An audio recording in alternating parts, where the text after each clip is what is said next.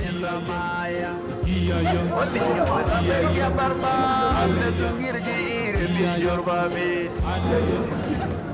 that's why in your mind, don't take history just to mean what happened during the colonial era. History is the present, the past, the present, and the future.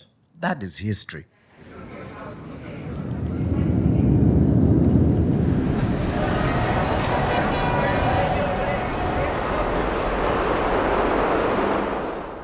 Time moves differently here.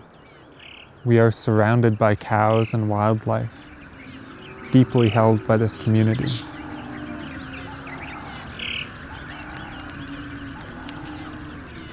Hello, my name is Maitame Alaldapash. I'm the co-director of the Dopoi Center here in Maasai Game Reserve in Kenya. My name is Mary Poole. I'm the co-director of the Dopoi Center, and I'm here teaching our yearly semester-long program for Prescott College students in Maasailand. Hi, I'm Jamie. I'm from Canada, and I've been to Dopoi twice now. This program is deeply built on collaboration and hope. This video is part of the work I did this year for the Dopoi Center community. The Maasai are an indigenous community who live across Kenya and Tanzania. They are pastoralists, meaning cows and other livestock are the heart of Maasai culture, rather than farming. The Dopoi Center is a community organizing hub in the middle of Maasailand, created by and for the Maasai community. What is really unique about what we are doing here is this idea was born out of an indigenous idea that field studies should not only serve the interest of the students who come to study, but also make a contribution to community issues and support community agendas. I've been teaching to this class about our culture, about our language, about our ecology, to make them understand what they need to learn from the Maasai people's perspective. You know, Maitame talked about seeing university study programs come to Maasailand, and you know, the students never actually connected with the community. They would ride in these big buses across Maasailand and stay in lodges, and then they'd go out for a cultural experience and then see the wildlife, but not ever connect with the human beings, right? We put them to work immediately. That first year, Yes. you came in and said the community needs research into this. Yes. And it was the exploitation of the tourist industry in the Mara, a That big was issue. the first ever community-directed research project we undertook. It was incredible. And it changed the landscape, the tourism industry, community relationship landscape has changed since that time. Yeah. Our students have been a part of all of And it, you know? Yeah. Before traveling to Maasailand, students spend a month in Prescott, studying and learning to prepare for their 2 months at Dopoi. I think it's also like within that class we learned so much about a colonized approach to helping and just like coming in and assuming the needs.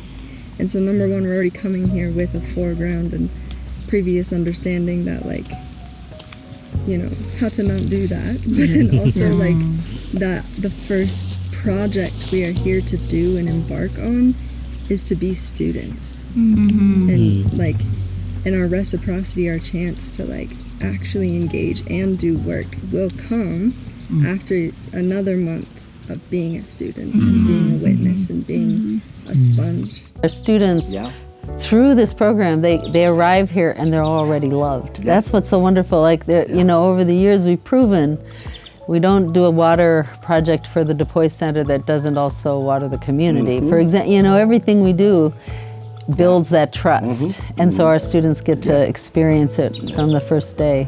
Yeah, and I think that's what makes our foundation very solid. It's the fact that this community supports the work we do. They are part of it. They are part of the vision, and we are part of their agenda as well. So our Prescott students come home, really. When they land in Nairobi and head home in Maasai Mara. Same sound as the blood in your body as it moves across the bone. Are you listening?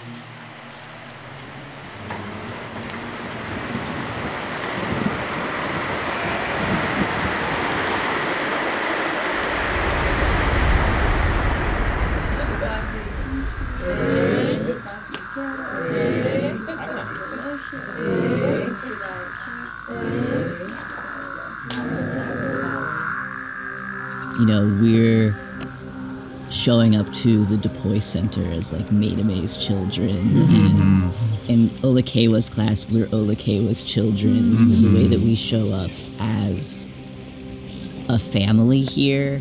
What's so impactful for me about that is that it feels like we're brought in to be accountable to this community, and I think that's so lacking with other forms of travel, specifically to Maasailand. Is there's such a lack of accountability, and like immediately, like you're saying, when we go to Talek, we're Maasai's children. It calls in this whole other like way for me to navigate this space, because I'm like, so accountable to this community. Indigenous communities, including the Maasai people, lost so much land to conservation, so much, which has never been returned to them. Going on a wildlife drive is such like a dual reality. There's so much beautiful nature around you, and it feels, people might use the word pristine, and then we're also holding this other reality of like this park, this conservation was created through these colonial structures and displaced all these Maasai people and continues to displace them in this very moment as we're driving through the park. Elephants graze alongside with cows. Sometimes giraffes and zebras drink from the same watering points with cows, with a Maasai person standing literally meters away from the giraffes and the zebras drinking water with the cows. It is a very good example of how coexistence happens. What is so unique, and this is a point I want to make, is that in this community, any ideas that are presented are instantly implemented like that. So you do a piece of research work and you bring it to the community, they implement it. One of the examples is, you guys, the work that you're doing now, the museum project. Sage is building a website that we've never had anything like this in all these years. You're doing the film project, and these other guys are doing the constitution work, which is a project that would benefit the community at large, not just the Dopoi Center in our human rights, social justice agenda. Like, you have been the most impactful teachers of my life. So Asha there. Agreed.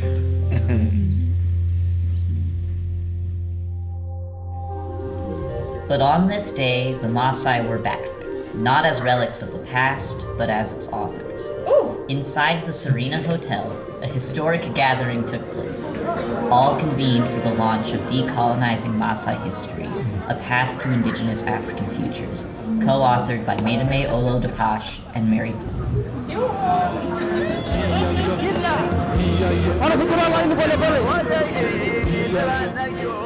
We wrote this book with one intention: to reclaim our history from colonized accounts.